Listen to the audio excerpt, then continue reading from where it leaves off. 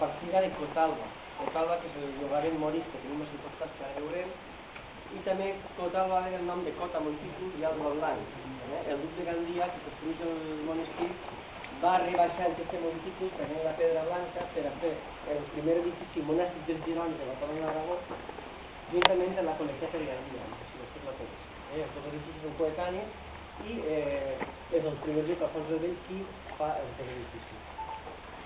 Com a primer monestir de l'Orde dels Gironis és una casa molt austera. Estos senyors volien l'austeritat inicial del sant. L'edifici del segle XIV i el sant, Sant Jeroni, viu al segle IV. Resumint molt la seva vida, diré que era un xic molt cult, parlava ja totes les llengües d'aquell temps, el grec, el llatí, era tenia gran facilitat per aprendre els idiomes, les llengües. Fill d'una família molt adinerada, molt coneguda, molt influent, els enviat a Roma perquè estudie.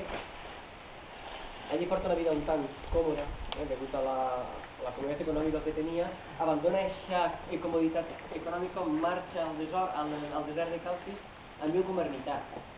Va passant el temps i el papa del moment, per a rescatar-lo de la vida que ell portava en el desert, coneixent a la família, el que fa és cridar-lo per a que fos el seu secretari personal.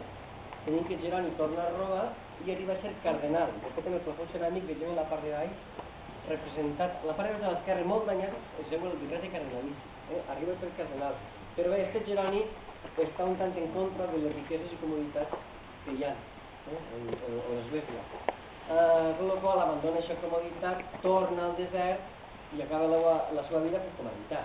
Un dels monestirs en Belém, però resumint la seva vida i abandona la comoditat econòmica de la família, després la crida del papa, per viure com a ermità. Està en el desert i escriu la Vulgata. La Vulgata és la primera tradició de l'hebreu a llatí reconeguda per l'Església de la Bíblia. Sempre la veurem també escrivint, Virgili, el traductor de l'Església. I bé, i és un dels doctors estructuradors de l'Església. En aquell temps l'Església seguia la vida de Jesús, però no hi havia estructures, l'arquitectura de l'Església.